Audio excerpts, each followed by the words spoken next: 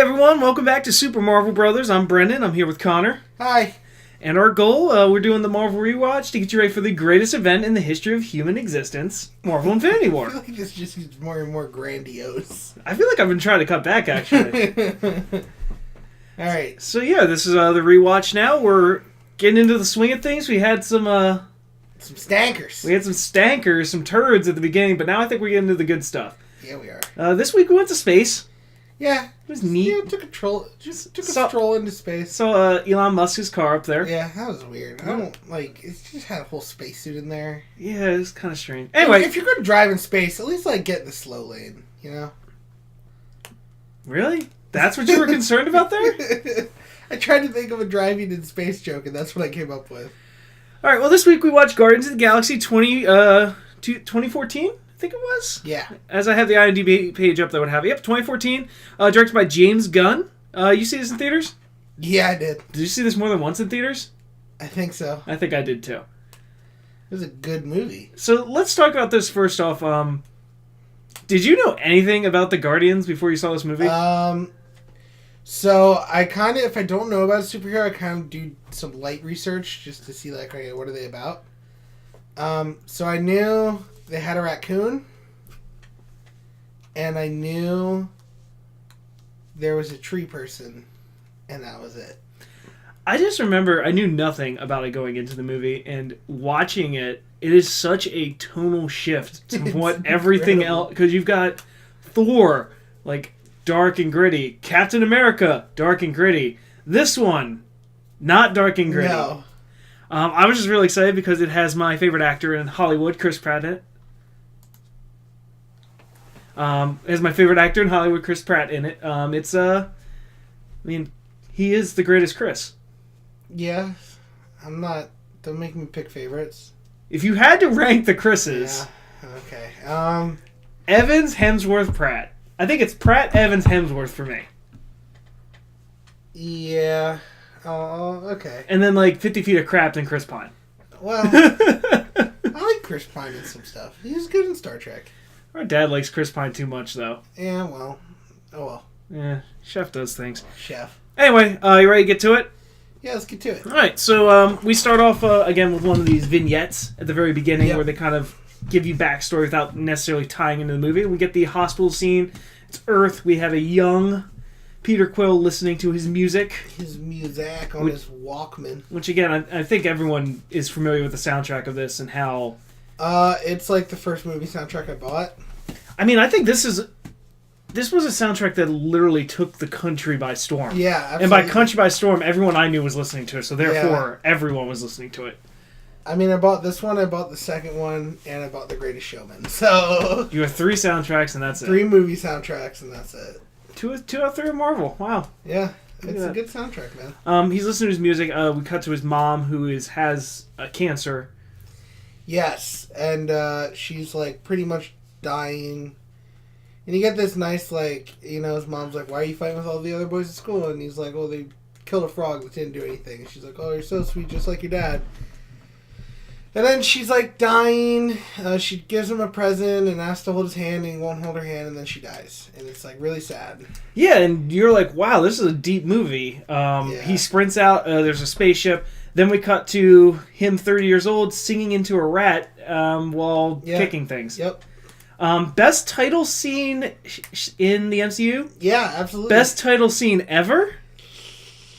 I don't know. It is, okay, we'll go with just there. the MCU, where it just has him dancing in giant letters. Come and get your love. Guardians of the Galaxy. It's so good. He's going through this ruins, which I do like the tools he has here. He has the one that's just a... Yeah, this is a nice way to show off that Star-Lord's kind of a gadgeteer. Like, he has his gizmos and stuff. Like, he's not necessarily superhuman, but he's got his gizmos to help him out. Yeah, he's got a lot of cool tech tools. Like, it's like this thing that can look in the past and see what things are. It's like a scanner. Have you played the Telltale game? No. Is it good? I like it a lot. Okay. I still have to play the last chapter, but there's actually there's missions where you have to use the past recording thing to, like, figure out puzzles and stuff. So it's kind of neat. They show off his helmet, which is super cool. just like constructs around his head. His rocket boots. Yeah, he's using all his little gadgets. He gets to this orb thing, has a giant electromagnet thing, I guess, that pulls it out. Yeah. And that's when we run into our first Kree henchman. I could not tell you his name. Oh, it's a pretty famous actor. I forget his name too. Anyway, so they run into him and he gets captured and they say, "You might know me as Star-Lord." And it's like one of the famous, like at least one of our inside jokes. Oh, I still say it all the time. Anyone says who? I said Star-Lord, man. Yeah. Legendary outlaw. Yeah, it's pretty good. It's a very quotable movie. Yeah, I think this movie is one, if not the most quoted movie in the MCU. It's up there. Yeah, it's up there. We get a cool action escape scene. He's flying away. It's very well shot, very well done. Mm-hmm. He found out that he had a woman on the ship the entire time while he's doing all this that he totally forgot about, which is hysterical. Kind of, you get a little Tony Stark vibe. Yeah, a little bit. This womanizer type of deal. I like it. So we Gesundheit. Oh man, that's like the first sneeze on the podcast. So if you're time stamping this, whenever that was, I don't know what time it was either. I might cut it. I don't know. just cut all this. He gets on the ship. He has the orb, and we get our first shot of Yondu. Yeah, Yondu, who is like, he's not a bad guy, but he's not a good guy. He's kind of just like another opposing force, I guess. Chaotic neutral. Yeah. Really fun character. Played by Michael Rooker. Michael Rooker. Who has worked with the director, James Gunn, on Slither. I have not seen that. I saw a summary video, and I feel like it's supposed to be like a horror comedy, but I feel like it totally gets more horror than comedy. It's really gross. Ew. Yeah. I know the concept, I just never seen it. It's a really gross movie, if you're into that. But anyway, so we get our first shot of Yondu, which, again, I don't think he's used very well in this movie, but when you get to the second one, I think you appreciate him more after watching the second one. So this is a movie I think is really rewatchable. Because I feel like especially after you watch the second one, it builds so much, it makes you understand a lot more of the first one, I think. Absolutely. And that's always a good thing with a movie, that you can go back and catch new things. So, Yondu's saying like, "Hey, I showed up to that planet, where are you?" And he's like, "Oh yeah, I had to leave," and he's all mad at him. So Yondu puts a bounty on him. We also hear how Yondu keeps saying, I should have ate you as a kid. My man wanted to eat you. Which is just weird. Yeah. Like... That is weird. Is that a thing in space? I don't know. I mean, I guess when you're trying to scare a kid. Yeah, but he's like 30 now. Wouldn't he be tough? So Yondu puts a bounty of like 40,000 units because generic space currency. Yeah, we have no idea what that... It doesn't sound like that much, really. I mean, but... When later we're talking about 4 billion. But like, when Rocket says 40,000, it seems like it's a good amount. Yeah, but I think it's also I feel like it's relatively equivalent to $1. You think like if I gotta all you gotta do is turn this guy in and get $40,000, I'd be like, oh yeah. Like I wouldn't be like, nah, it's not that much. So I don't know why this just crossed my mind, but you know what'd be hysterical in Infinity War? When the Guardians come in, they're just speaking gibberish. Because they don't speak English. Oh my god! And the only reason we knew what they were saying in Guardians is because it was like translated because we were watching in that part of the galaxy. Well, Quill would speak English. Yeah, I guess. Yeah, that's true. I just thought it'd be hysterical if they're all like that speaking. That would absolutely be hysterical if there was like Galactic Common, and then they come and they're speaking that, and everyone on Earth is like, "What?" I kind of hope that gets brought up in Infinity War. Like, how do you guys know English? Yeah, that seems like a Tony Stark thing to ask. Yeah, I feel like it would be... Or Spider-Man. Well, yeah, Spider-Man would be asking in like a geek out moment, though. That's true. Like, oh my god, this is amazing! Like, I trust you. How do you guys even speak English? Like, or Tony Stark would be like, how do you even know English? Peter Quill has taught the entire galaxy English. That was his legacy. Star-Lord, the English teacher. Yeah, so we get Yondu. He's obviously... like I said, Star-Lord has a little bit of issue there. He's going to go to Xandar to exchange the orb. And then we cut to Ronan for the first time. Yeah, Ronan is well, we have some controversy on Ronan, but we'll get to that in the grading. Ronan he's a Kree fanatic. So my guess is he's in love with the old ways. Yeah, like a fundamentalist maybe. And you get that very much in like you get his like waking up ritual.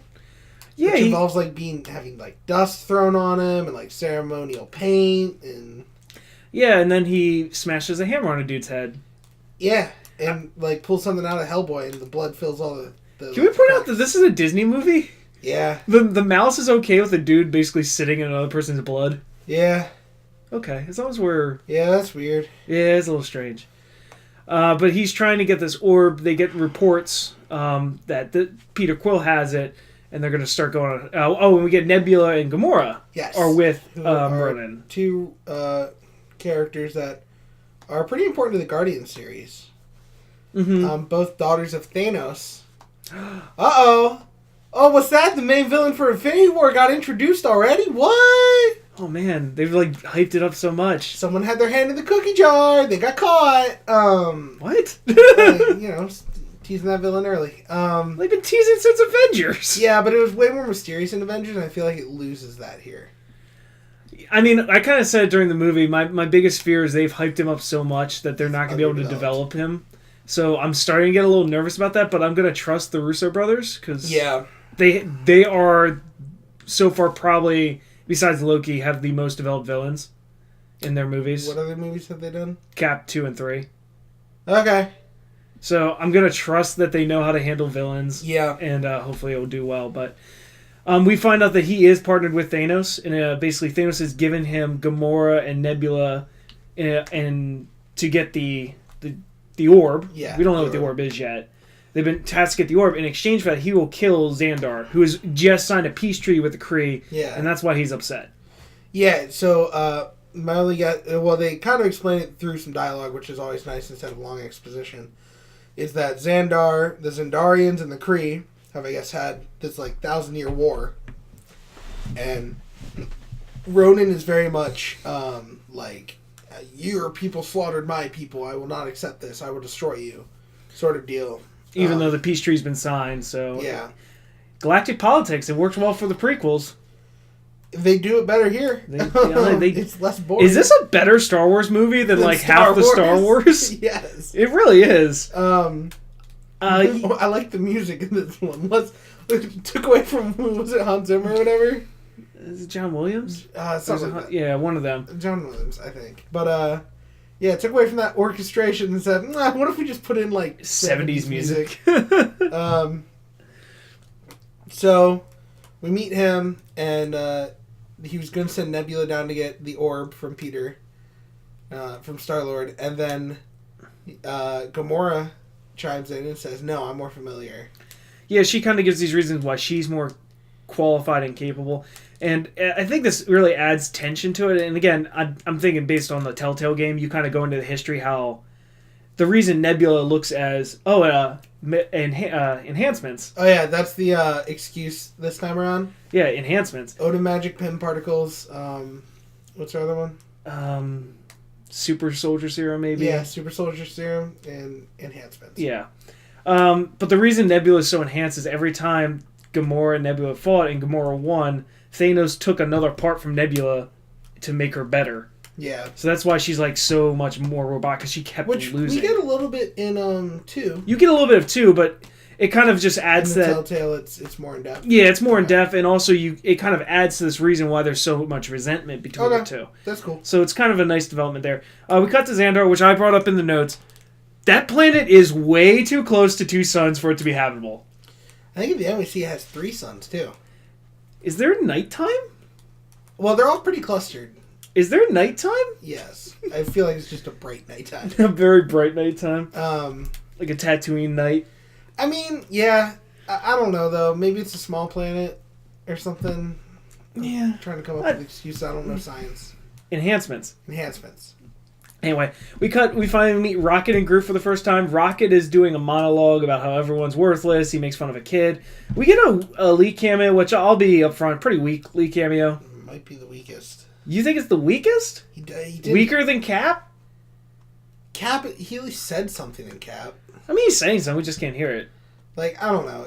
This is one, well, okay, maybe not as weak as Iron Man 2. This is one where, like, he's there to be there. He doesn't have a joke. It doesn't add to the story or anything. Look, man, Black Panther's is pretty good, though. Okay, you can go listen to our Black Panther podcast to hear all of Connor's in-depth analysis on that leak. I love that one. That's a good one. But we kind of find out that Rocket is a bounty hunter. Yeah. And he's looking around to find a target. He sees Peter Quill has a 40,000 unit bounty on his head. He's like, hey man, that's quick cash. So they're going to go after him while Groot is still drinking from the fountain. Yeah, Groot is... They somehow make the most lovable character say only 4 words throughout this whole movie. And he's voiced by Vin Diesel. They make Vin Diesel lovable. It's amazing. Well, hey, dude, Vin Diesel plays D&D and stuff. Did you know that? No, I didn't know that. Yeah, I can show you. There's a whole thing. Huh.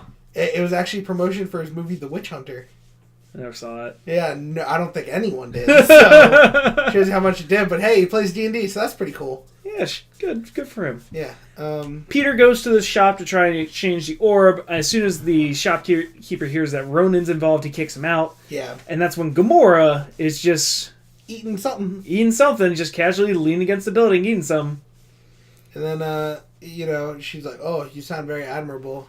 Or honorable. Honorable is a word they throw around a lot in this movie. And I love it, which is weird because it's space. So it's kind of like a weird space feudal system. But, Space Knights. Jedi Knights, even. Jedi Knights! Oh no, it is a better Star Wars. Then, Peter does this really funny part I've always liked, where he's just like, yeah, people say that about me. Or he's like, I wouldn't say that. People say it about me. That's another line I use sometimes. Like, I wouldn't say it. People do say it about me, though. Yeah, which is a really good one. Then Gamora steals the orb. And we get a cool scene of all 4 of them kind of... Well, once Rocky and Groot get in, all 4 of them trying to get the orb. Peter... So one thing I've noticed is the gadgetry that Peter has kind of, like, tapers off in this movie. Because, like, at the start he uses a lot, and then, like, here when he chases after Gamora, he has, like, a cool laser bolo. Mm-hmm. And, like, that's like, okay, so this guy just has a lot of stuff on him, like, just in case. But, like, as we get later in the movie, it just seems like rocket boots, helmet, and guns. Well, I'm going to try and justify that he never really gets to re-equip after prison. Okay. So if everything was really taken from him, then maybe that's why. Okay. That's my justification. Or enhancements. So it's kind of this all-out brawl in the streets, which is kind of cool. You get Gamora slicing Groot's arms off. And I just love that they carry that throughout part of the movie, where he's slowly growing them back in his, like... They're like tiny little arms for his body. In his prison picture. Eventually the Nova Corps captures all of them and arrests them for various crimes. I mean, they all have something against them. And one of the Nova officers, played by John C. Reilly.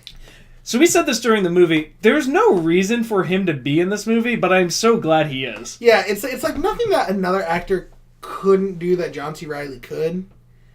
But it's just like, he's kind of he's one of those actors who just has this, like, when he says stuff, he's kind of funny about it. He's very good at delivering lines in comedy. And just the way he's like, Star Prince. Yeah. Oh, it's Star Prince. He's like, Star Lord. He's like, it's cool to have a nickname. It's not weird. So we go to the prison. Which, I'm going to say, this is a note for development compared to the comics. Nova is introduced. The Nova Corps. The Nova Corps, which that is a thing in the comics. I feel like they're going to go with that in Phase 4. There's going to be more of that. I really hope they do, because Nova's a cool comic character. I think that will be a thing. I think they're going to get Captain Marvel out. Yeah. And then kind of go more with the space cosmic things. Yeah, I hope they do. We go to the prison, which is an interesting scene. The Kiln? Yes.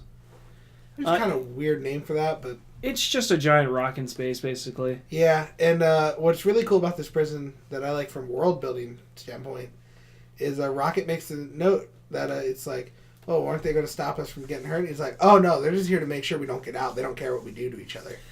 Yeah, and another thing I'm going to build on, that they do a great job developing every character in this prison scene. Like, a movie like, I'm going to throw the Justice League could have maybe taken some notes from this, because this is how you develop a whole team and not take 3 hours to do it. Yeah, it was really cool because we met the first four. We knew Peter the longest. He's kind of the main character. I mean, Peter's basically developed before then. You get this...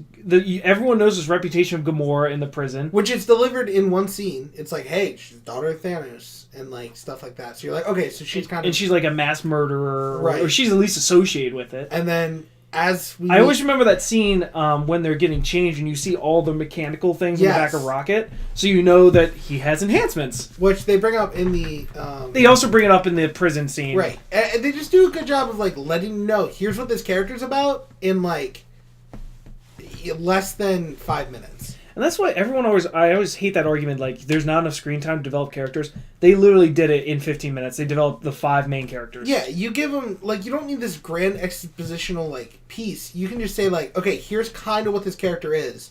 And then as you interact with that character throughout the movie, you can learn how their character is, you know? Mm-hmm. So, like, learning that in the little thing when they're taking their pictures, like, oh yeah, he's the result of illegal experiment. I mean, it's a little bit of exposition, but it not doesn't like feel like it. Yeah, it doesn't. That's exactly right. You would just think like, okay, this is the backstory of all of them. Like it's a cop debriefing to his superior officer who they caught. Yeah, and it feels natural, organic. Yeah, it feels organic. It does. And then we also do meet Drax in the prison, which it's never explained why he's in the prison. With the name of Drax the Destroyer, I can only assume. I mean, we can't assume. That's fair. But I do like, it's like, well, maybe he was just like jaywalking. I like to think he was like jaywalking. And then, of all the things he done, he got caught for jaywalking. He got jaywalking, they got really like angry while doing it. Like when they tried to like give him a ticket. Yeah, it was like resisting arrest. Oh man, that's funny. I do want to point out that there's a scene where their guard is listening to the music. Yes. And I'd like to say, like, police brutality. He totally shocks Peter. It's a universal issue. Yeah. It's not just an issue here on the Earth. But he gets shocked. Humans are underrepresented in space. Let's just get that out of the way. Really? That's what you want to go with here? That's the hill you want to die on today? Yeah. So it's kind of a cool thing to show how attached Peter is to his Walkman, stuff like that. Mm-hmm. So they get entered. So they enter like the main prison area, and this is a really awesome scene because like it's all these people and they're like throwing stuff at Gamora and like Rocket's saying like, yeah, everyone knows who she is. Like a lot she won't last a day. Yeah, like she's pretty much dead. And this big dude comes up to Peter and says some interesting things. Choice words. Something about slathering him up. And then Groot just comes up, puts his fingers in his nose. Can I just say, I was cringing for myself. Like, my nose hurt watching this. Do you know what it reminds me of? It reminds me of the scene of Iron Man 1 when he takes the like tube out of his nose. Do you remember that? Yeah. That's what it reminds me of. Because Groot just puts his fingers in the dude's nose and they just start growing. You know? Yeah, it's just growing. Which, where's it going? Into his, like, brain, maybe? Into his mouth, probably? Oh, God. Like, it's just gonna hurt. I'm literally... Yeah. I'm, like, in a ball right now because of it. So, and Rocket delivers his whole speech about, like, he's ours! If you want to get through him, you gotta go through us. Or more appropriately, we go through you! Yeah, Bradley Cooper does a great job making me care about If I didn't know it was Bradley Cooper, and someone was like, yeah, man, that was Bradley Cooper, I would be like, no, that's not Bradley Cooper. That's not what he sounds like. The other thing I want to point out in this prison scene, I know it's throughout the movie, but the makeup for all the characters is fantastic. They don't do CGI for any of the characters like that. Some of them they do. Like, the guy who got the thing up his nose was CGI. Well, okay, yeah, you're right. So But a lot of the side character, the background character, which would be easy to CGI, I think. Absolutely. They do the makeup, and it looks very well. Like, the Ravagers, they're very well done.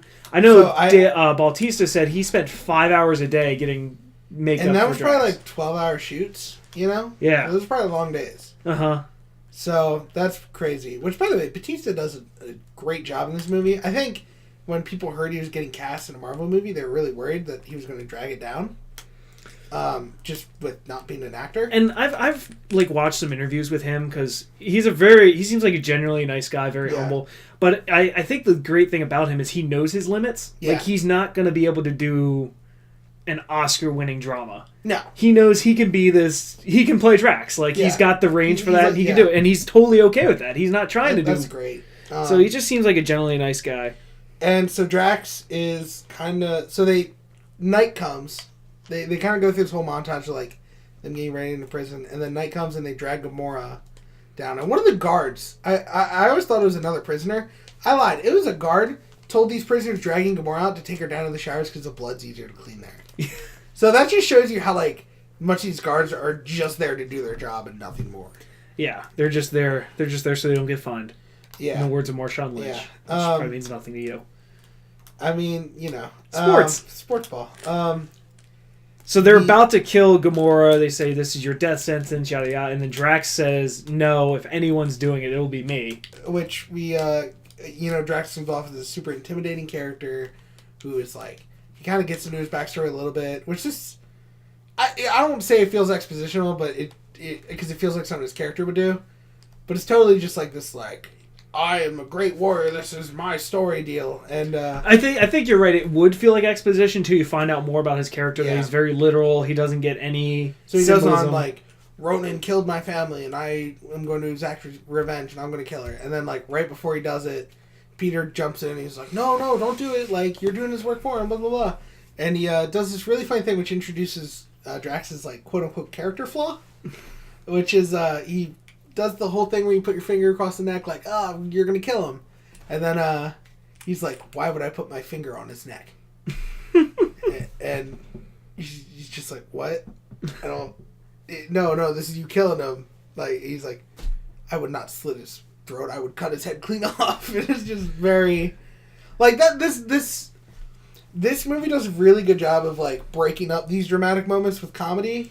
And again, I used this word a couple times already, but it's organic in there. It doesn't feel forced. Like, there's some movies in Marvel that the comedy feels very forced. Iron Man 3. Climax scene, Iron Man 3. But this feels like, oh, this is what would have happened. Yeah, like, this wasn't Drax cracking a joke. This was Drax genuinely not understanding it and throwing Peter Quill off to the point of, like, what?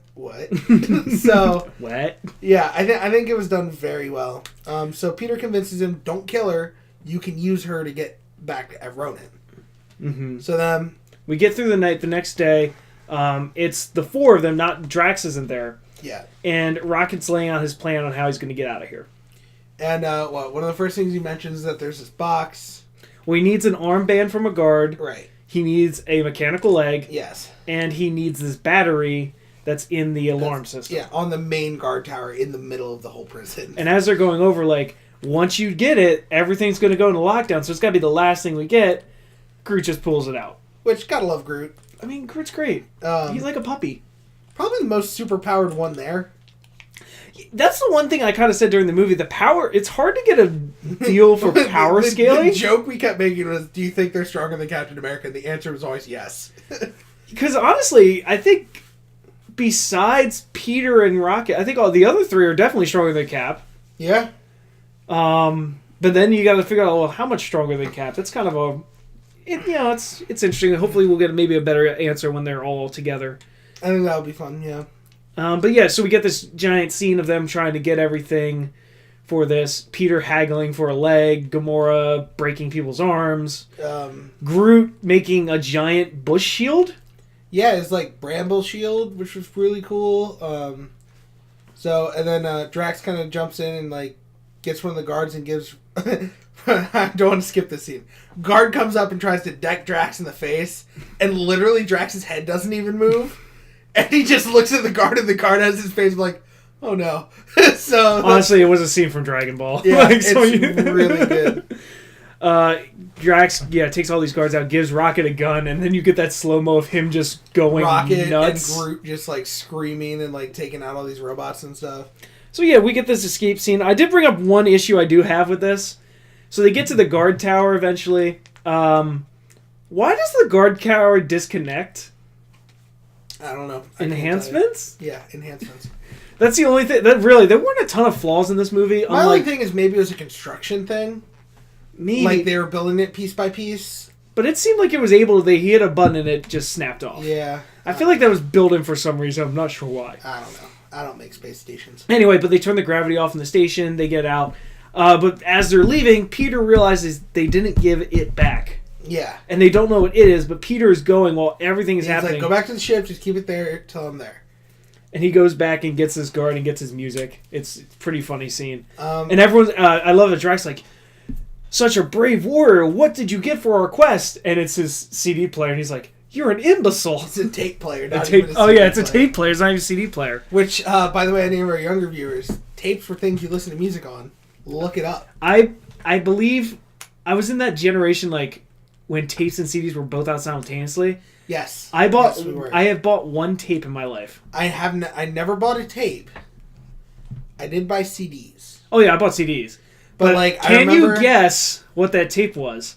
I cannot. It was the Baha Men.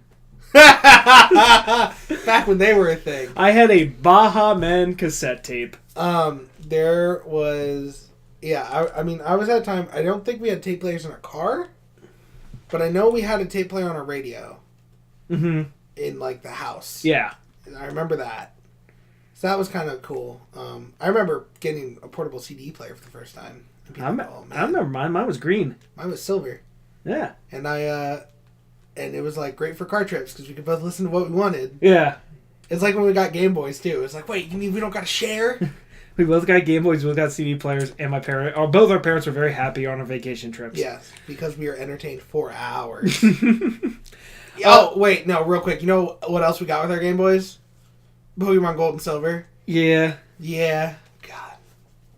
Such a good game. You know my Pokemon Blue still works? The save battery? Yeah, the save battery's still there. Wow. Alright, back to the movie. Alright, back to the Marvel movie. We get out there, they realize that they have the orb, and Gamora brings up that she has a buy. I guess it was brought up earlier, I should say. But it was brought up that she's going to sell this for 4 billion credits, and if they help her, she will split it with them. Yeah. She sees this as an opportunity to get out of Thanos, like run away, start a new life. Everyone else sees it obviously as a big payday, so they're going to work together on this. Yeah. So they go to probably one of the coolest... This is... I know... We actually, before we did skip one scene. Okay. We do cut back to Ronan during this. Yes. And we get our first view of Thanos. Yeah, the I want to say the Vizier, just because I feel like that's what that dude is. Yeah. The creepy dude with the 2 thumbs on each hand. He's like, Ronan's talking to Thanos, and he's like, watch your tone. Like, if you didn't do this, he's pretty much like undermining Ronan with every time Ronan talks. And there's a point where Ronan just points his hammer and like these like sonic waves come out and just snap the dude's neck. Yeah, and I mean that guy was in Avengers, so like there's a continuality that you've seen this character before, and now he's dead. Yeah, and that's kind of funny. And then you get to see Thanos for the first time, played by Josh Brolin, kind of.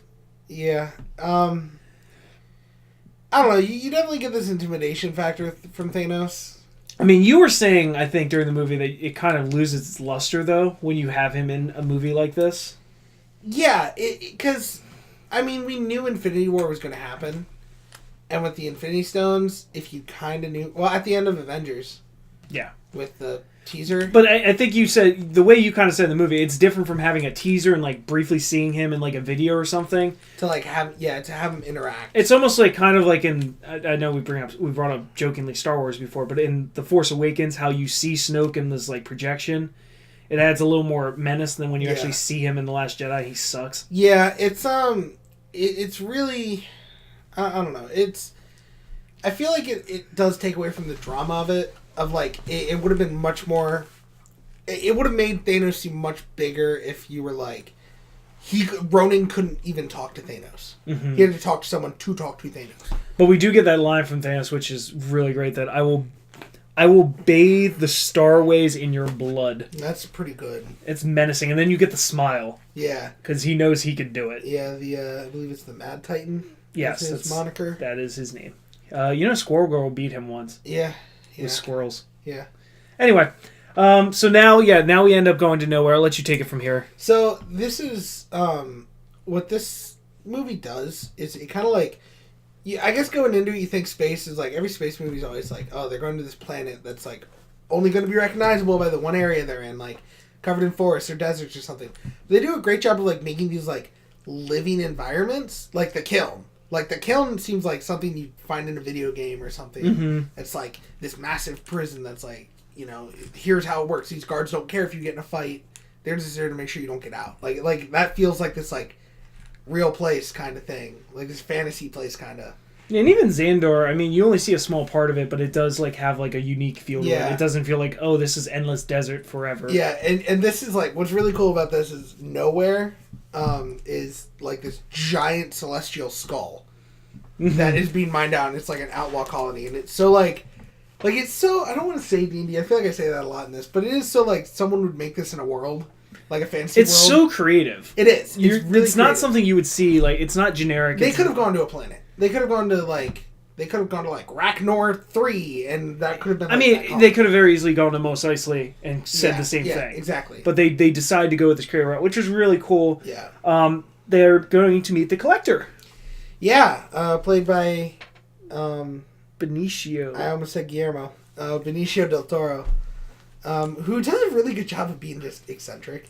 Yeah, it's a couple things we noted when in the Collector's Museum, I guess is what we'll call it. There's a dark elf. There's a dark elf from Thor. There's a Chitauri. Chitauri from Avengers. There is a Slither monster. That was actually, I didn't notice that until you pointed out. That's a really cool thing they did, because James Gunn directed Slither. They put the little Slither slugs in there. So that's kind of cool. Cosmo, the space dog. Space dog who can speak telepathically, apparently, in the comics. Neat. There is... I didn't see it this time, but I have seen in the past there's a cocoon that they say is the... So, I remember reading something about that, is everyone was like, oh, cocoon, that's Adam Warlock, who's a big thing in the comics, who has the soul gem, or a soul stone, which is an infinity stone, and everyone's like, oh my gosh, ah.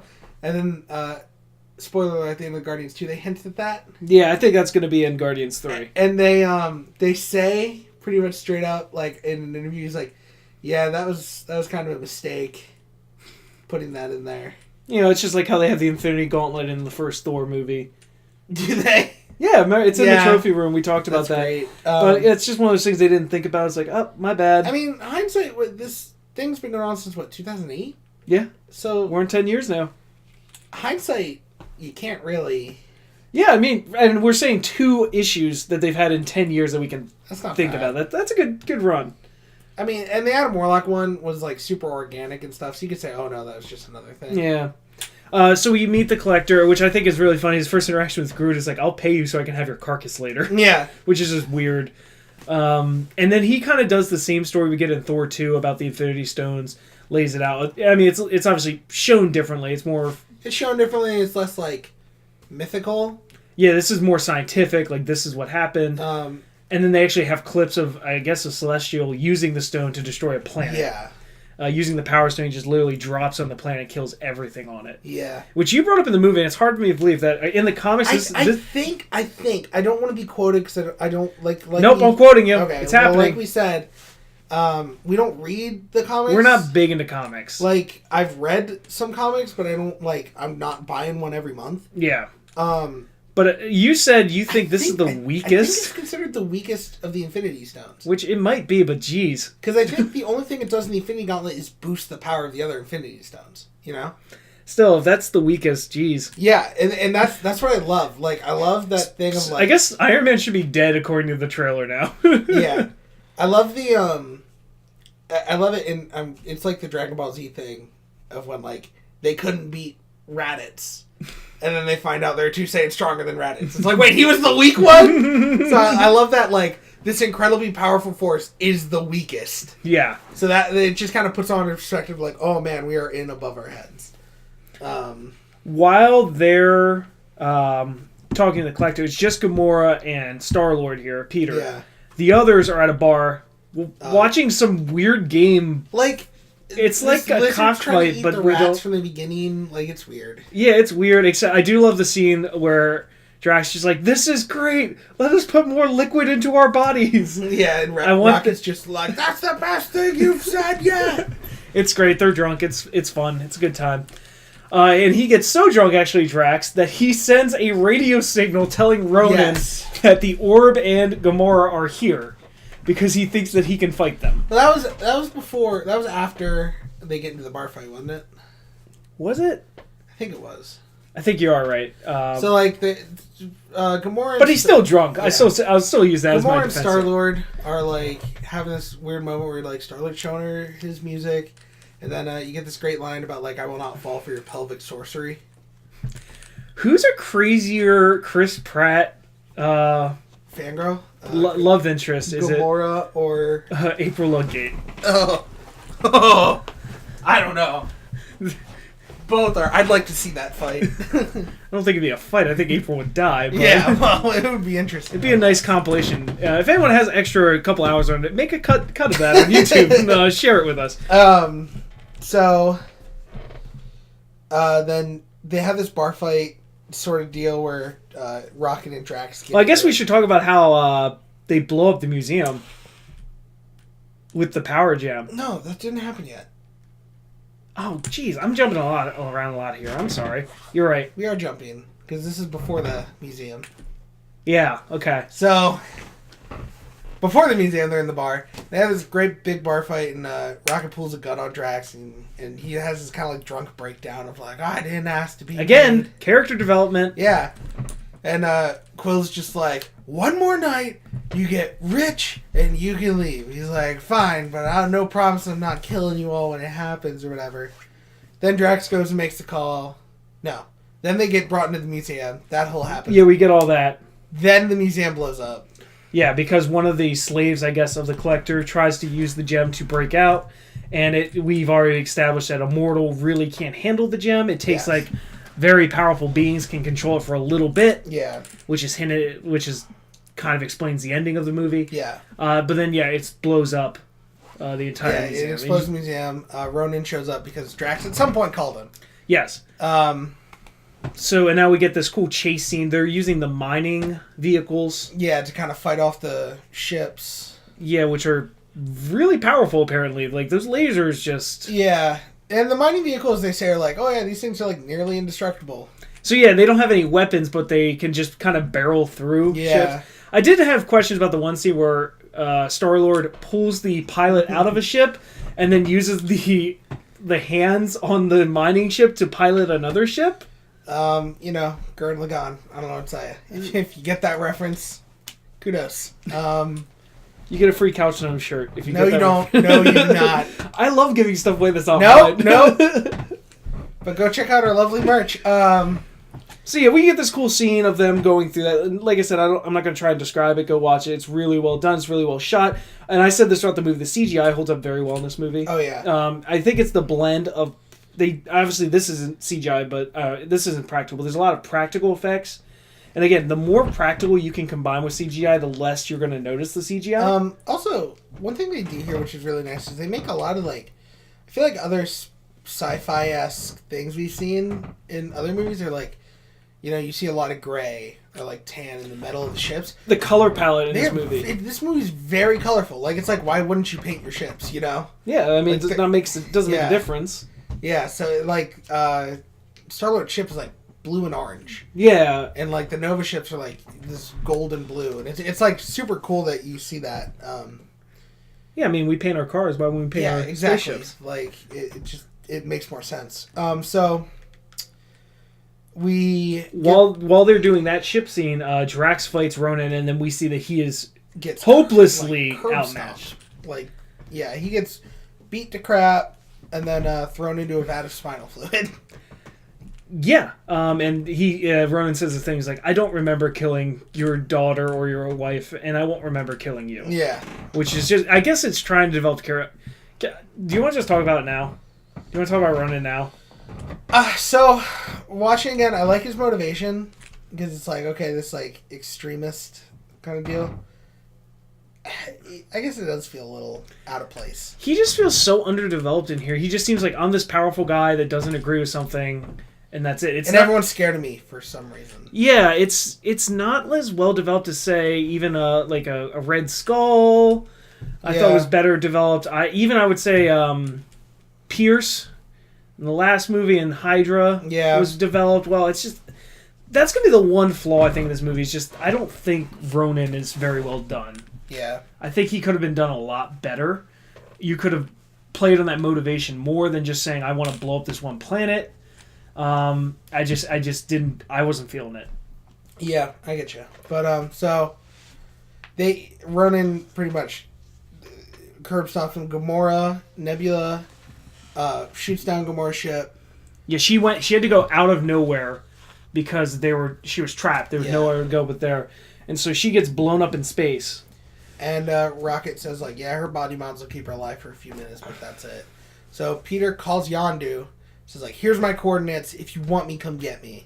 Which of course, Yondu has a bounty on his head and is gonna probably kill Peter for what we know. Right. So this is a big deal for him, and then he goes to space and takes off his mask in space. Yeah. Gives it to Gamora, so you can see the scene of his face like freezing. And they do this. This happens in 2 too. They do this great like floating in space. Like his eyes were like bloodshot and stuff like that. Like it looks what I imagine would be realistic for that. Yeah, I mean, I guess we really don't know. We can only guess. But like it's so like, yeah, it's cool. So then they're on board the Ravager ship. He's being almost tortured. And I guess we should say that Ronan has the orb. Yeah, Ronan has the orb. Rocket and so they're on board the Ravager ship. Pretty much, Yondu's like, okay, I'm gonna kill you because I gotta teach you a lesson. Cap's gotta teach you stuff. Yeah, and then James Gunn's brother's really good. Very good. And then Quill spouts off this thing like, no, we can beat Ronan, blah blah blah. Like, if you kill me, you're getting rid of the biggest payday in your life. Yeah, exactly. That's what he sells him on. It's all about money there.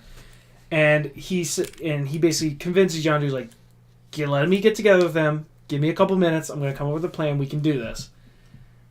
At that, and then we see. We should talk also quick about Ronan, how he actually calls Thanos. And after he gets the gem and he says, I'm not giving this to you. I can do it. I've seen what it can do. I'll do it myself. Yeah. So now he puts it into his hammer. And you can see Thanos was... I think Thanos realized he was going to fail. Yeah. Because he doesn't really push it too much once he does that. Yeah. I feel like Thanos could have been like, all right, I'm going to show up. Then that's it. So Ronan has that interaction. Groot saves Drax and pretty much says like, Rocket says like, you're an idiot. Why would you do that? And Groot convinces Rocket to help the other Quill and Gamora. Yeah, like they're friends now, and they gotta help out with that. And so I love that the way they try to negotiate is they put Drax on top of a ship with the Hadron Collider. Enforcer. Yeah, I noticed it sounded like Hadron Collider. It's like the Hadron Enforcer. It's like, you've got till 5 till I blow up your ship, and they're like, why did you think that was a good idea to negotiate? Yeah, it's like, you gave me a count of 5. How are they going to turn me over in time?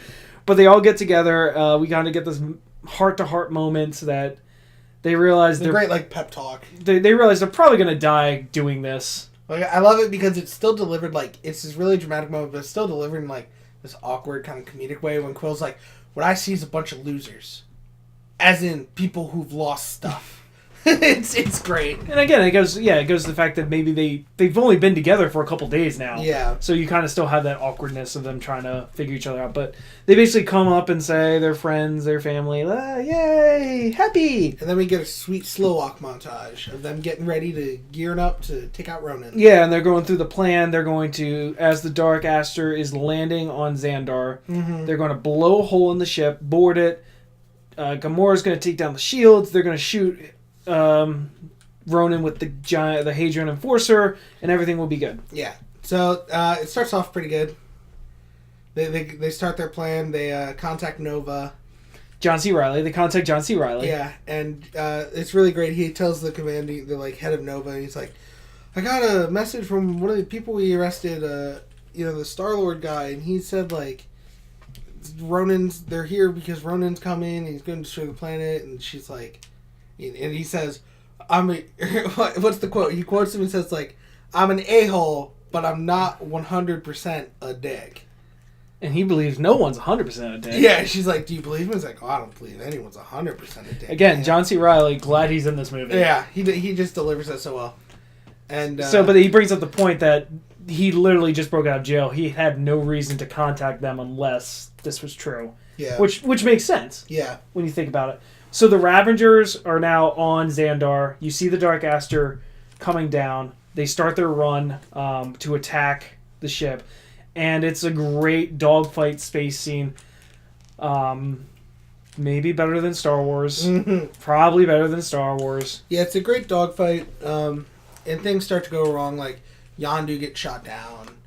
And so he has to go, like, you know, he's like, well, I'm going to see you at the end of this. Like, you remember you got to give me that. And then, it looks like they're not going to be able to get there. Yeah, there's too many ships. And then the Nova Corps comes in with their sweet-looking ships. Yeah, they're like cool, like star-shaped like ships that are really. They cool. look like Starburst, like yeah. not the candy, obviously, like. But like the effect. Yeah. And now it's an even fight. They're able to get onto the ship with Drax laughing the entire time. Yeah. And the Nova, I don't know if they do this later, but I'm going to just talk about it now. The Nova ships do this really cool thing where they can like get into a grid formation and then make this like laser fence. It looks so cool. It does, and it's just to help like push the Aster back and keep it from landing. Yeah, because the thousands of these ships working together can stop this giant ship, which is a cool concept. Yeah. Then I brought up the fact, why would you need that? You know, reasons. Enhancements? Yeah, enhancements. Stop enhancements. Hashtag stop enhancements. So we're kind of split up in two parts now. Rocket is still outside flying and shooting down ships. Ronan actually tells him to start dive bombing the city. Yeah. Because obviously they've already broken in. Now we got to distract them as much as possible. The Nova Corps basically says, like, we can't do it. If we break formation, the ship's going to land. Right. So it's up to the Ravagers now to stop these dive bombers. Right. Which is kind of a cool scene of them all working together. And I think one even says, like, is this what it's like to be the good guy? Which is always fun. While that's happening, everyone else is on the ship. We get cool fight scenes. Yeah, there's some cool like action scenes. Peter meets up with the guy he met at the very beginning, and the guy's like, Star-Lord, and Peter's like, finally. So that's a cool fight scene. We realize Groot is ruthless. Yeah, Groot just like pierces like, and I think these soldiers are like artificial or whatever. Yeah. So like Groot like pierces like 5 of these guys with a vine and then just slaps them around for a solid like 30 seconds. How strong is he? Because it's like 100-foot vine, and he's like throwing it around like it's like with a lot of. How strong is he? Groot. Groot magic. Groot magic. Tree magic. Tree magic. And I just love that scene after he does that. He like turns around like a puppy dog and just like smiling. So this is like the coolest part because Gamora gets in a confrontation with Nebula, and like they have this fight scene, and then like almost like clockwork, she disables the energy for the ship, shoots up, meets up with Peter and them, and then they run into the room and like shoot Ronan with a Hadron Enforcer. And it's giant like and small like, nuclear explosion. And it's totally like they're like, oh my god, it worked! Our plan actually worked, and then you turn and it like barely scratched Ronan's it did arm. nothing to Ronan. Which again, how strong is this guy? Infinity Stone. Does that help with Infinity Stone? Does that help? Infinity Stone. Okay. So, but wait, does it? I don't know. Okay. I don't know if it actually does, but so my only reason I can think of is Infinity Stone. I think this is the other thing. We've known Ronan to be this brutal guy. He blows up the prison. He's sending dive bombers. He doesn't kill them right there, though. He just knocks them back with his hammer. He could have killed them. Oh, absolutely. So I don't know why that happened. I guess plot. Yeah, plot armor. So Drax runs up and tries to stop him, and then they get dive bombed with a ship. Rocket ship. Via rocket. Yeah, Rocket comes and knocks them all down, which again, Drax should be dead. Yeah. Because he's maybe Ronan's durable enough to deal with that. Drax is not. No. We've seen that. But yeah, that's kind of causing the ship to start going down. Oh, I should also point out, Ronan did use the Infinity Stone to blow up the blockade. Yes. So you see all the Nova Corps gone. Or if not all of it, most of it's gone. The ship starts going down, and we get the sad scene of Groot protecting everyone. He grows a giant ball to shield everyone from the crash. And he says, "We are Groot." Aww. He said a new word. We. We. We are all Groot on this blessed day. And the ship crashes, and everyone, like, the main team's alive. And Ronan's like, "You have failed so much for your Guardians of the Galaxy." And okay, and then this is another issue I had. I mean, I love the scene, but like when you think about it critically, again, Ronan's supposed to be this like brutal, like should have just no morals, should have done. just banged it. But he sees Peter Quill dancing. No, I love this scene. Oh no, from an entertainment standpoint, it is hysterical and really well done. From a critical standpoint, it makes absolutely no sense for the story. Peter starts dancing to the music. Someday, walk in the rays of a beautiful sun, and that's enough to just. The song's called "Ooh Child." Yeah, that's it. That's the part that was playing when it happened. But he's dancing, and that's enough to distract Ronan for like a solid 30 seconds. It's like one of those things where it's like it totally sounds like he just broke character because he's like, "What are you doing?" Yeah, he says it twice too. Instead of just slamming it down. Like the one time sounds in character, but the first time she's like, "What are you? What?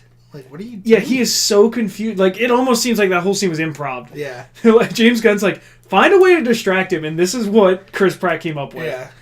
So no one knows what they're doing but as he's distracting them, Drax and Rocket fix the gun. Yeah, and shoot the hammer. Shoot the hammer this time, so the stone comes out. You get this slow-mo scene of Chris Pratt and Ronan. I guess I should say Peter Quill. I need to stop. Yeah. I keep interchanging Quill actors. and Ronan reaching for the stone, and Quill grabs it first. And then you see the scene just like earlier where it looks like he's going to explode because he can't handle the power. Right. And in his perspective, it's like, Gamora comes in this like big ball of like smoke and purple fire. Which I guess I want to bring up because we did say it twice. It's so cool when fire's not red and yellow. Yeah, absolutely. Like purple fire's really neat. Purple fire's awesome. So Gamora reaches out and she's like, "Grab my hand," and he sees his mother. So he grabs her hand, and then Drax like grabs Peter's shoulder, and then like Rocket grabs Gamora's finger or whatever. And just like they hinted at earlier in the movie, they're strong enough to contain it just for a little bit, and they harness the power. Yeah, and destroy Ronan. Yeah, which, whatever. Yeah, he's gone. That's cool. They put it in an orb, and then they give an orb to... We actually forgot the scene about Yondu when he crashed. Oh yeah, this really cool scene where Yondu he has the like whistle arrow. Yeah, you kind of see what the arrow can do. They kind of hint at it the whole movie. Yeah. But they don't actually use it. He's surrounded by like 25 soldiers, and he literally just whistles and kills all of them, blows up a ship. And so you kind of see like... We said Hawkeye has arrow magic. Yeah. Let's talk about the real arrow wizard here. Real arrow wizard, Yondu. Who would win, him or... Oh, Yondu! Yondu in a heartbeat! You're not even a contest? No. Like, Hawkeye might get a shot up, but Yondu's just like... And done. Well, I mean, like an accuracy contest. You still think... Yondu! Because if he misses, he just goes again. He's got infinite lives. He does! Wait, actually... He doesn't have infinite lives. Well, he has infinite tries at archery when the arrow don't stop. That's true. So, yeah, Yondu still says, I need this orb. You promised it. They're trying to tell him, like, you just saw what this could do. Yeah. You can't do it. Eventually, like, there's guns on him. He knows there's no way out. So Peter gives him the orb and just says, do not open it. Yeah, like, you know what it does. Don't open it. And they leave. Gamora's upset. She's like, I can't believe that just happened. And Peter then naturally says, like, yeah, it's a good thing he got a troll doll instead of the orb. And he has it in his pocket. So. Yeah, so then we get this nice after-credit scene of, like, the Ravagers are partying, and then Yondu opens it and sees a troll doll, and all he does is smile. Like, he's like, Quill. They also make that nice hint that as they're flying away, that Quill guy ain't so bad. It's a good thing we didn't give him to his dad. Yeah. Which, again, I just remember there's so much, like, who is Peter's dad? Everyone's like, oh, maybe it's Adam Warlock after this comes out. And they're like... Because it's very obvious that it was going to tie into the second movie. Yeah. They actually test him, and they say there's something ancient in your blood. Yeah, and like when they're talking to Nova Corps afterwards, and they say, yeah, they're like, you're only half Terran, your father's something else. Mm-hmm. And that's why you could hold the Infinity Stone for so long. And then they give him a new ship, rebuilt. And I do like that one last scene with John C. Reilly. Their first says, like, you saved my family, and you actually see that his family was one that the rocket saved from one of the bombers, which is cool to see. And then he also goes over, like, your records have been expunged, but you can't break any crimes. Yeah, it's like, you still shouldn't break the law. To which they're trying to argue is like, but what if I want something more than them? Yeah.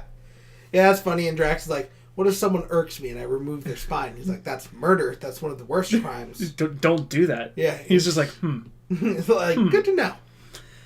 Peter says he's going to take care of them, and it's kind of seemed like you're going to take care of them. It's like a sitcom-y kind of thing almost. Yeah, and but I guess that's the vibe of the film, you know. It's they have this like with the last dialogue, the last like thing said in the movie is Peter's just like, so what do you want to do? Something good, something bad, a little bit of both. And they're like, we'll follow your lead, Star-Lord. And he's like, a little bit of both. Felt a little bit like Full House there. Yeah, a little bit. We should also say he did open the present that his mom gave him at the beginning of the movie, which is the Awesome Mixtape Volume 2. Which I also bought. We're going to have to talk about that next movie, comparing those two. Yeah. Next, when we review that. So yeah, we cut away. The stingers aren't great. The stingers aren't great. The Infinity Stone is now on Xandar, is protected by the Nova Corps. Yes. Everyone's happy. They fly off.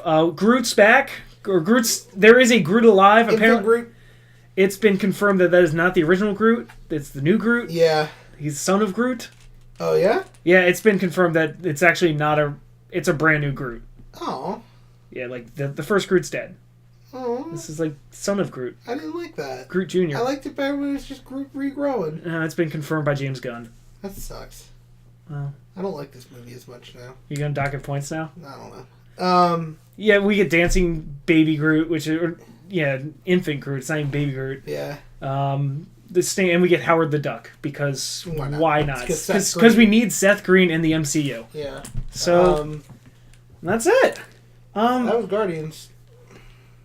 It's a nice palate cleanser from like the dark movies we've been seeing. Yeah, we kind of got a dramatic climax from Winter Soldier.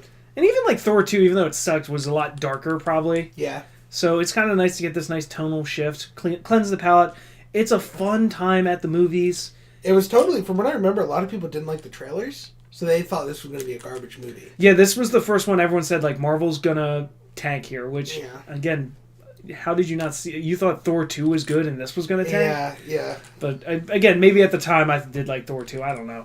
No, even then I don't think I did. But, yeah, this was a movie where it's like, oh, it looks like it's going to be funny and, like, weird, like, I don't know if I'm going to like it. And they confirmed Guardians 2 like the first weekend. Like, yeah, because it made bank. Yeah, it did make a ton of money. And it just also, fans loved it. I did just look up, worldwide, this grossed about $775 million. Pretty good. That's pretty good for the box, especially for an unknown product like this. Absolutely. I'm curious to see how much comic book sales went up of Guardians. I think they've actually shown that comic book sales are not going up in as much as you would think. Huh. But maybe that's old info. After watching this movie, I wanted to read Guardian comics. I mean, I've read a couple of them, like when you go in for free comic book day, which that should be coming up soon, actually. Oh, man. Support your local comic book store. I go into my comic book store probably at least once a month to peruse. Yeah. I don't always come out with comics, but it's always nice. I go into peruse. They sell other great. Hey, I'm saying like legitimately, little breakaway since we're done with the review or the summary. Find out a comic book store near you. If you're into like tabletop games or card games and stuff. Go check it out. It's almost more hobby shop now than just a comic book store. I go there for all I go there to check out Dungeons and Dragons things or Magic the Gathering stuff like that. Yeah. New board games. Oh yeah, if you want like a cool board game, that's always a good place to go. Yeah, I got I didn't. I got what? Betrayal? No, I think I ordered Betrayal. But the Tokyo one? Tokyo SOS? King of Tokyo? Oh, yeah. Which is a really... Tokyo SOS is a Godzilla movie. That is a Godzilla movie. Yeah, King of Tokyo I got from there. That's a really fun board game. Yeah, they sell a lot of cool things. Yeah, so support your local comic store. And again, this is not sponsored content. We can't be bought. No. So we're being honest here. Well, let's not say can't. Well, if anyone does want to come, I mean, message me, please. Local comic store. Local comic store. I don't want to call them out. Local comic store. All right. You ready to rank this? Let's rank it. All right, we're going on the patented SHIELD scale, which is kind of weird because SHIELD doesn't exist anymore, but it's okay. Yeah. So we're looking at... Better than our Hydra scale. Better than the Hydra Druids? Scale. There actually might be druids in this movie. Groot might be a druid. Groot's a druid. He's a gruid. You grew it. All right, Shield. We're looking at the scoundrel. What's the villain like in this movie? How are they developed and shown? The hero or heroes. How are they shown? Portrayal, development that way. The integrity. How well does this movie hold up, both visually and storytelling wise? As we get later in these movies, it is going to be tougher to do that because we have like the older movies we already got through. So yeah, that's gonna be. I think we're gonna start, instead of looking at the effects as much, maybe it's looking at, and I've been trying to do this equally, but looking more as like, does the story still hold up? Like, does the concept still, is it relevant? Yep. The entertainment. How much do we like the movie? Yep. Your favorite, the Lee cameo. Lee cameo. What's our view of the Lee cameo, and then finally the development of the MCU as a whole? What does it do for the development? What does it do for the whole universe? So let's start with the scoundrel, Ronan. I'll let you go first. So I did like him first because he did. Phil, one of my main things for a good villain was he was convinced what he was doing was right, but they didn't give us a reason why he thought that. You know, like all we got is he was an extremist. So I'm going to dock him some points there. I'll give him a 2.5. I'll give him average. You're going to give him 2.5. So here's my problem with Ronan. You say he has a reason, but like that reason is literally never flushed out. Besides the fact that he doesn't like this peace treaty. We don't even know what the treaty is. Yeah. That's how vague it is. He just seems like this angry dude that like... I like him because he's like super strong though. Like, yeah. Like he's a challenge for our heroes. But he just seems so like paper cut, one dimensional, not that... Absolutely. I think I'm going to give him a 0.75. I think he's that bad. Like that's I always remember like he was probably my least favorite because I feel like there was so much potential. Okay. Like if he was like this rebel movement where he could like strengthen it and he gets like people following him and like planets, or like it starts like a civil war kind of thing. Yeah. Or you see something more large scale, but it's literally just one guy who somehow still has a ship. No one's hunting him down. Like it just seems like so. Yeah. There's a lot more potential there, and that's why I just think he's not that well developed. I think he's actually one of the worst in the MCU with development, and I think it's also just wasted potential. Yeah. I think there's a lot of wasted potential here. You know, sometimes I say like I remember Claw, it's like, oh man, I wish they had killed him off. I'm glad they killed him off because I think they ruined the character so much. There wasn't anything there. So a hero. So we're looking at the Guardians again. They're very well developed. They're very well developed without wasting our time. They're not wasting our time. It's very, again, I keep saying that word, organic. It's built into the story, how it's going to work. I love all their interactions. I love the backstories. I love how they've connected at the end. It's a little cheesy, but again, that's what the movie is basically a cheese fest. Mm-hmm. If you're lactose intolerant, don't watch this movie. But yeah, I think it's I'm going to go 4.25. I think they're all very well done. I will give it a 4.5.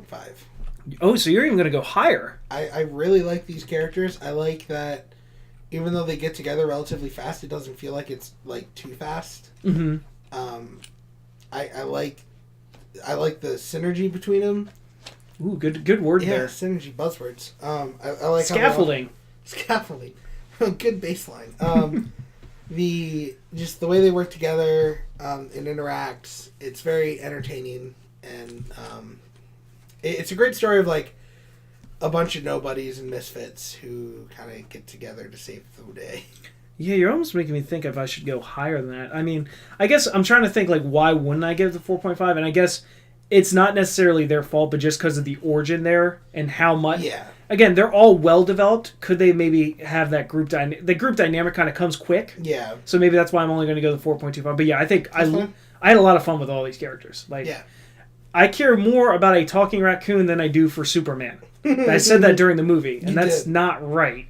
But it's the world we live in. Yep. And of all the things happening in the world, I guess that's one thing I can be okay with. Yep. All right, integrity. How's this movie hold up? I mean, I don't know. I'm not going to sit here and say it's an amazing story. Like, the story wasn't what was captivating, it was the characters. Mm-hmm. I mean, the effects are great for even... The effects are well done, I think. Yeah, 2014. I think the choreography is not as good as the Winter Soldier, but the dog fights are neat, the space battles are really cool. So there are some things to go with. The practical effects... we talked about the makeup, the character designs are really well done. Yeah, absolutely. I think it's a good development of the world, like in just this movie, which I think we can lump into integrity. What are you thinking?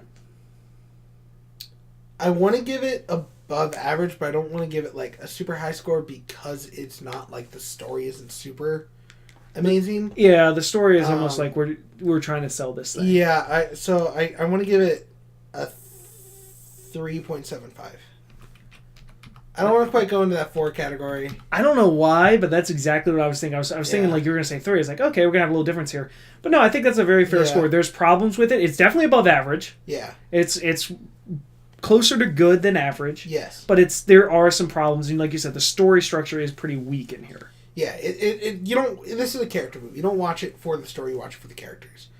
And I think that's good. Entertainment. All right, I'll just say it's a 5. How do you not? You know? I mean, this movie... I literally bought the soundtrack after seeing it. You know, the music is amazing. It is so quotable. I mean, this is a movie that I would honestly... And we don't say this about every movie. Okay, maybe not today, but like if this was on tomorrow, I'd probably sit down and watch it again. Yeah, absolutely. Because, I mean, it's quotable. You love the characters. I mean, I love Chris Pratt. Yeah. Dave Bautista is great in this movie. You said you didn't even realize it was Bradley Cooper the first time. Yeah. If you had not known that Bradley Cooper was If I didn't Rocket, know going into it, when I saw it in theaters that it was Bradley Cooper and someone told me that, I would not believe them. I mean, and what other movie is going to make you care about a giant talking tree? It's true. Maybe the Lord of the Rings. Beat that, Lorax. Hey, don't insult Danny DeVito like that. But yeah, no, this movie's just so much fun, and that's what you want to go to a movie to see. You want to have fun. Yeah, it's definitely a 5. Yeah, that was an easy score for me. Lee, let's go to our Leeologist here. I want to give it a 0. You're gonna give it a 0? Like I can at least I will redeem it over Iron Man 2 because at least it's like, oh yeah, I guess that was Larry King, not Larry King, Larry David. No, it's supposed to be Larry King. Okay. I always get those confused. Yeah, no, that's a running joke now. Too many Larrys. He was just there. Like in other stuff, at least he was there, but it was funny. He was just like an old guy hitting on a young girl, and that's like, eh. I'm gonna go a little off our scale here. Okay. I'm gonna go 0.1. You're gonna jack up the calculation. You're right. Literally, the only reason it's even somewhat entertaining is because Bradley Cooper's talking over it. Yeah. But that being said, I don't think... It's hard to give something a 0. But I will give it a 0.1. Okay. Just because I think Lee's in it. He's got a neat outfit on at least. He's got cool glasses. So I'm going to give him the 0.1. You can give him the 0, but I'm going to give... Yeah, I want to stick with 0. I wasn't even entertained in the movie theater, I don't think. Oh man, this is really going to be weird to calculate now. Alright, finally, the development of the MCU. Space happened. Well, we have space. Let's go over the things that are developed. Obviously, we have a new team, the Guardians. Yes. The Nova Corps introduced. Nova Corps, yeah. Thanos is seen. Which you might say, I think could even say that could be a negative. Yeah, I think it took it away from the... You lose that allure of, like, the mystique. Yeah, exactly. And not the blue shapeshifter, just, you know. Yeah. But, okay, so Thanos is knows. You have the Collector, and you see his museum, which had all those things. You have the Power Gem. I was going to say, new Infinity Stone. You have a new Infinity Stone. Positive points. Howard the Duck. well, you almost got me to put my finger over that one, no. So, I mean... You get specific locations in space. Celestials are mentioned. You get like Nowhere. Yeah. You get Xandar. The Kiln. This is kind of tough. I mean, I think it's above average. Personally, I'm going to score it high. I guess my. I think the one problem you're going to have here, and maybe this is where we're differing views here. Mm-hmm. It is so separated from everything else happening in the Marvel Universe that even though it's making developments, isn't developing that universe. Yeah, I get you. Like, it's developing a larger universe, but if we're looking at just Marvel and Earth... I think what it is it's going to be a long con. I think we're going to see in Infinity War... Oh, yeah. That, they're going to be like, yeah, we're from space. And this might be one of those movies that you might retroactively upgrade? You know? Like, once you get more information... I'm going to try to... future actively upgrade. I'm going to go 3. I'm going to go for the long con. I'm going to say 4.25. 4.25. Okay. So, like I said, I think it would have been 75. I'm going to actually go 3.25 the more I think about it. It is above average. You get these new things in there. But if I'm looking at development of the like everything else we have so far. Okay. It's kind of hard to say that, and I don't know. Maybe I'm being a little too judgmental. No, I think that's fair. I'm just looking at it as like we now know in movies going on that exists. You know, like that there is space. There are these like massive civilizations in space that are like doing all this, and like I don't know. I think I'm gonna just stick with that because I think it later on it will flesh out a bigger world. So okay. Couple things as we wrap up our review here. Mm-hmm. Just out of curiosity, did the Thanos thing bring down your score at all for anything? I think if they didn't show Thanos, if they kept it to like Ronan communicating to Thanos without seeing Thanos or something. Had they had the interaction but on the screen? Like had he not gone face to face? I think I would have given it like a 4.75. Okay. And I brought this up in the movie, but let's put it on record here. How was Wakanda compared to this? I think Wakanda is in the situation. I don't think Wakanda is more advanced than space. I think Wakanda, if like I think in Infinity War, when the Guardians go to Wakanda, it should be like, oh yeah, you have this too, neat. Like they're on par. If Suri, Rocket, and Tony Stark get in a room, it's gonna be amazing. Oh man, so much science with Star-Lord in the background is like, can I have this? And Groot just breaking stuff. Yeah. Oh man, all I want is just Tony Stark and Shuri in a room, and then just the arguments. Oh man, but yeah, I think it's just kind of interesting. I think you're right; they're probably not as advanced, but it's kind of interesting seeing the different ways technology is used. Yeah, like the projector screen they use in this looks really crappy, and then you think about what Wakanda has with the stand projector handheld things. It's just kind of interesting. I'd like to thank our scientists again, doing God's work down there in their tiny cells, calculating our scores.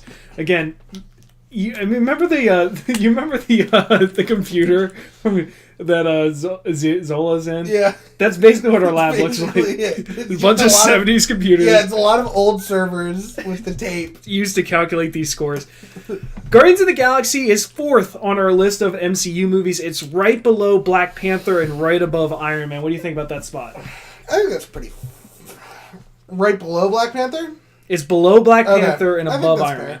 I kind of thought it might have enough to get above Black Panther, but it didn't. But I think, it's definitely above average movie. And I think as we add movies to this, it's going to probably stay somewhere in that top 4, top 5 range. Yeah, I think it'll probably end up top 5 still. Yeah, so I think that's a solid place for it here. So let's talk about our next movie, because I think this is going to be a little different. Most people would think, oh, we're done phase 2. We should be heading towards the Avengers. However, what's the point of this podcast? What order are we watching these in? We're watching this in chronological order of the universe. Chronological order of the universe, which actually means we get a back-to-back, because it's Guardians 2. Ooh, baby. Get to see more Guardians, more Chris Pratt, more Groot, more Rocket, more Gamora, and a little more Batista. We get to see, like, a little more Batista sensitive Batista. In my life. Yeah. Oh man, I'm excited for that. So we do Guardians 2 next week, because again, that movie actually only takes place like 6 months after this one. Yeah, that's what's interesting is it's not like, Iron Man 2 or something where there's a bigger jump. It's like literally right after 1 pretty much. Yeah, so that's why we're going to be watching Guardians of the Galaxy 2 next week as we take you getting ready for Infinity War. Connor, I guess I got to do my weekly groveling to thank the Couch Gnomes for letting us use their channel. Yeah, we are happy to have it. I'm glad to be doing a podcast.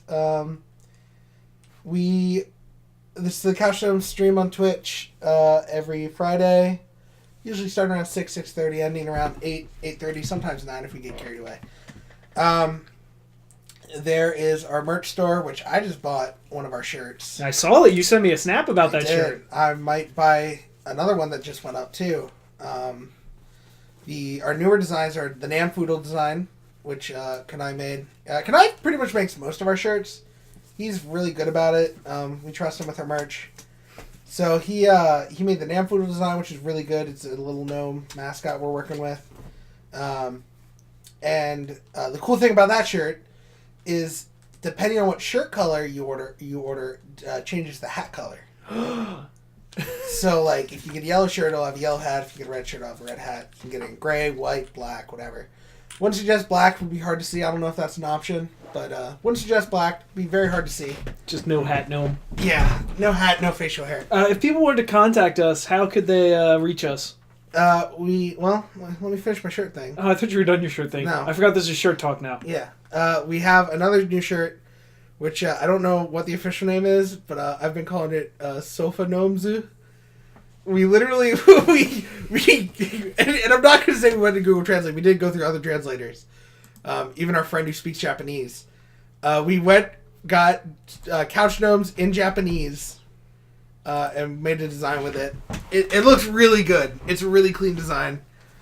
It honestly looks like an anime title thing, in my opinion. It's ridiculous. I'm probably going to order one. But yeah, that's there. If they want to contact us, Brendon, we have a Facebook, a Twitter, an Instagram, Twitch, YouTube, Snapchat, all that jazz. But I only pay attention to Facebook and YouTube. Yeah, we'd love to hear what you guys think about this watch. Is there something you think we need to be talking about more? Do you agree? Do you disagree? What was your funny memes or quotes? Speaking of funny memes and quotes, we didn't say this. Shout out to Justin Hammer, now an Oscar award winner. Yeah, I'm so happy it took... I mean, it sucks that it took so many years to be awarded for his great performance in Iron Man 2. I guess there's a lot of debate in the community. Yeah, one of those, delayed... That was not what he was awarded. But yeah, he did win Best Supporting Actor for 3 Billboards, so your dad... Yeah, your dad is an Oscar winner. Yeah, add another one to the list of MCU actors. Yeah, that's and crazy. Actresses. So, like I said, thank you for joining us. Hopefully you're enjoying our ride as we get you ready for Infinity War. And we'll see you next week for some more space action. Yeah, space action and Guardians 2. All right, see you later. Bye.